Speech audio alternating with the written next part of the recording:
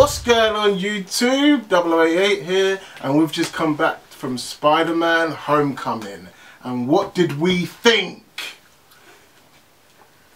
It was good. It was alright. It was alright. Nah, it was it was pretty sick. I think it's probably, for me, on par. No, I'm not exaggerating. Like on par with Avengers, honestly. for you, on par with Avengers. Like and the way Avengers made us feel the first time was like, wow. Oh, but I wouldn't say maybe. I wouldn't say on par with Avengers. It didn't make me just feel had like hints that. of Avengers. yeah, like for me, but it was on par. So I said, like, okay, maybe on par is a bit much, but like it was just on that level. Like it was a very, very well done film. It was good for a Spider-Man film. I think it's probably the second best. Yeah, I think it's the second best Spider-Man film. We've had what? We've had 5 of the Spider-Man films, and I think don't this is even count Amazing Spider-Man. The most important 1 and 2 don't even not even in the equation. Yeah, they're right at the bottom somewhere. But this is, I think this is better than Spider-Man 3. Ooh. This is yeah, better than Spider-Man 2. 3. If it's better than Spider-Man 2, then it's the best Spider-Man film. Yeah. This might be the best Spider-Man Spider-Man. 1? Spider-Man 1 is always classic, but Spider-Man 2 was better.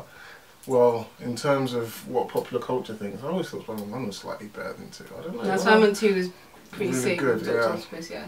Doc Ock was good, yeah, it was really good. But yeah, Are we doing a review on that one? The best, the best parts about this film, first of all, for us, I don't know if you guys had it, but for us, the IMAX started with all the like it was counting down 3, 2, 1. It had all this webbing and Spider-Man graphics. Really cool. I've never seen that in any other film. What did you say? What did you say when you saw that?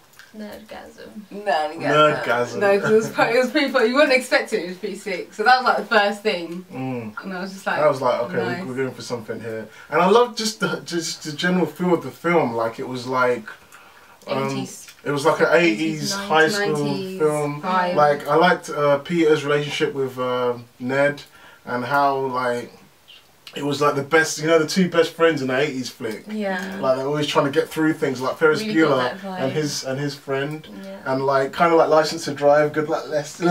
You know the 2 Corys, like that's the kind of vibe they had. Popular, you know. I know. What films? What No. films of the 2 Corys was popular? Like Lost Boys and all that kind of Yeah. stuff. But yeah, they had the 80s vibe. I think that's what it got to me. They Because even reference that kind Ferris of Bueller. those kind of films really get to me. So I enjoy those kind of films. Yeah, and in terms of the Spider-Man stuff, like obviously this is like the start of his career, and as Spider-Man, 15 years old, Still revealed see that. how rookie. Yeah, he's still a big rookie at like everything he's doing. So you can tell how good he's gonna get. Like, There was a scene when like he thought someone was trying to steal a car. And then like he was like, that's not your car and all this stuff, and then he was like, this is my car, like Yeah. person's. It's my car. I'm trying to get into my own car here, and he's just And like. then everyone else in the everyone's like, why neighborhood make is so like, much noise? I'm trying to get some sleep. that's his car. What are you doing? Yeah. And Spider-Man was just like, It was so funny. I loved how they showed all his faults and Yeah. in Brilliant. some areas. And the suit, even though I'm not a fan of like having all that high tech stuff, the suit was cool, like all the little stuff it could do, and the way it was talking. The film seemed really long. yeah, but it didn't seem Not like long as it was too long, boring. It was like, wow, like it feels like an actual story. Yeah, it had a lot of content. Like you know, films. You know, films nowadays, superhero films. There's always like just the beginning bit, action. Talk for a bit, middle action, and then ending. Do now. And then it's like so structured, but it seemed like, oh, I don't know where this is going, like, because the way it was kind of played down, like with all the high school stuff and everything. Yeah. I felt like they showed a lot about his normal life. His normal life, showing his normal life made it feel more, I don't know if the word real is the right one. It made it feel like not predictable. Yeah. Like you didn't know where it was gonna go. Like, you knew obviously there's gonna be a big end fight and all that, but it was like the whole drama with Tony Stark and him wanting to take the suit off him and all that kind of stuff. It just added to the whole feel of it. It felt like you read a few comic books rather than just one comic and that was it. Yeah. Where there's an introduce to that bad guy, because there was quite a few bad guys. Shocker. They even had the Chameleon in it. Oh, that's kind of a bit of a spoiler. They had just the right shocker, because there was 2 shockers. Yeah, there was 2 shockers. Which is the right one? I think the black one, funnily enough, even though the shocker is white in the comics, but yeah, there was 2 shockers, and there was Matt Gargan, the Chameleon. Like there was like, you know how people always say there's just too many bad guys in the Spider-Man film. They had 3 bad guys in this one, but they did it well because they didn't make it a big thing. They were just kind of henchmen. Yeah, they played it. They played everything small. So should we talk about like the bits that we really liked first, and then bits that we really didn't like, and then. Do you want to go first? Oh my god. Go on the spot here. I liked it. Think of it. Now I feel like nothing's coming to mind, and I fucking love this. Alright, I'll go then. Yeah, you have to go first. Alright, I like one of my favourite bits was Tony. People keep saying that. Oh, why is Iron Man in this film? He's in it too much. What is this, Iron Man? The way they brought Spider-Man in, they just had to, really. It's kind of... He was under his supervision. Don't get me wrong, I know the real reason. The real reason is because, Sony's making it. We want Tony Stark to bring the money in, you know? He's not the most popular Marvel hero right now. And to be honest, it worked because it was just different from the other Yeah, it made it feel different as well. But it just felt like the universe was alive. Pick one. People always say, oh, how come the Avengers aren't here to help? Where are the Avengers when all this is happening? Where's Tony Stark when all this is happening? And now Tony Stark's there, Avengers have been mentioned, they're there. Now people are complaining about it. Make up your mind, which one is it? You're always gonna get people saying. Yeah, do you want the Avengers to be in it, or do you want them not to be in it? I prefer.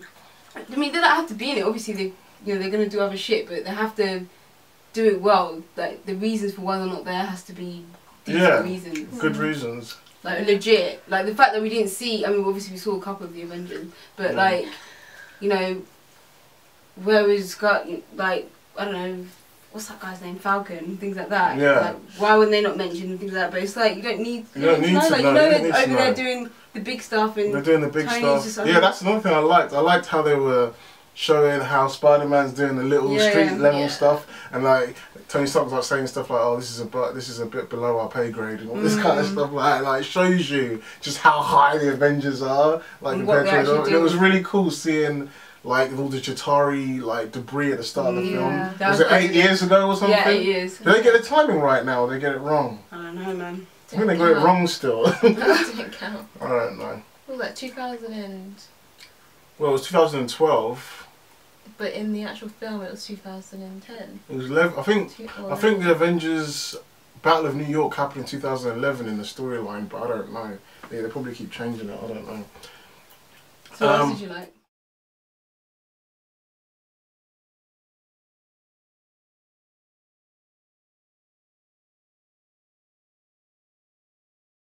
Yeah, I loved how Tony Stark came in the suit, but he wasn't actually in a suit, and he was in India, like just chilling. That just made me. But it made me wonder: does he really need to be in the there? Suits?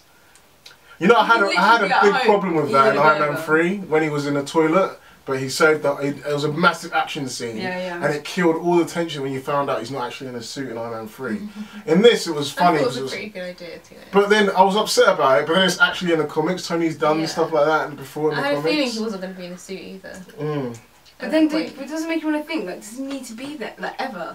He can just be at home. Doesn't need to be. I don't know. Then he gets a feel from it. So it's getting a point. It's getting to a point where they need to mention why he's in the suit now. I guess that's what Iron Man 3 was for, but it doesn't feel like maybe he has better control when he's in the suit. Maybe, I don't know. All I know is that the fact that when Peter Parker was like really angry and he said things like, he's like, "You're not even here. If you cared, you'd be here." And all this stuff. And then he stepped out like, "What do you want to say?" And then he teleported into the suit, like he's got some next technology. That would be very good. Yeah. Just stepping out, like, why is he just proving wrong there? He's like, oh shit. What did you like? Yeah, I loved that scene where the boat fight was too much for him.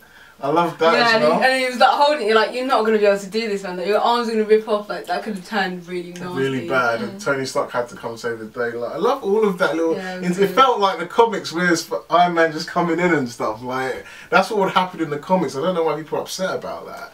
It's like, you're taken away from Spider-Man's film. Why is Iron Man in this? Trying to steal the spotlight. No, this is the Marvel Universe. Like, it's a sick idea. No, it works. I know people get upset because in the origin stories you just see more Spider-Man. He's learning things for himself, not having help. Yeah, I agree with that actually. Like, I wish I mean, I know it's not an origin story, but like he's getting quite a bit much. We'll go into that later from Tony Stark, and I wish he would kind of be on his own a bit more.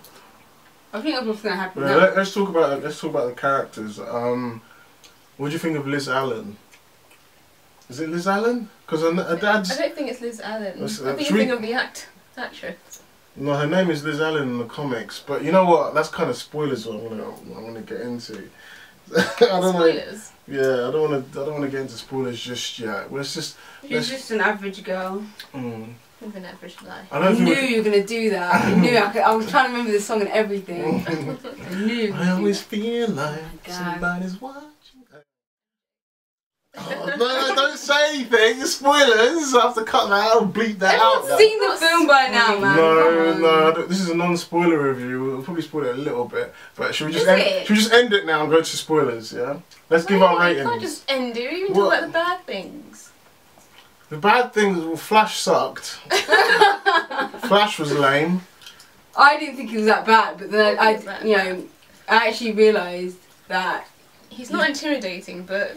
If they want to do the Flash from the comics where he becomes Agent Venom and all this kind of stuff, he sucks. Like I can't imagine this guy as Agent Venom. I don't think they're going to do that anyway. Like, I don't care how much he works out, like, he just seems so, like, annoyingly scrawny and weird. Like, Flash was never like that, I don't know.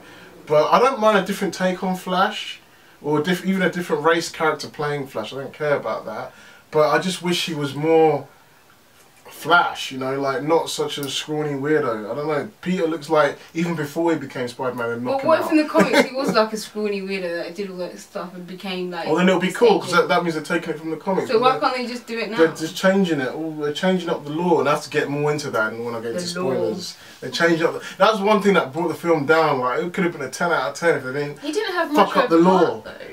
You don't really have much of a part. Yeah, I know. So it doesn't really matter. But like, I'm just saying, if they wanted to be fair though, I don't actually know if he was being a bully because the stuff they were saying to Peter really didn't like.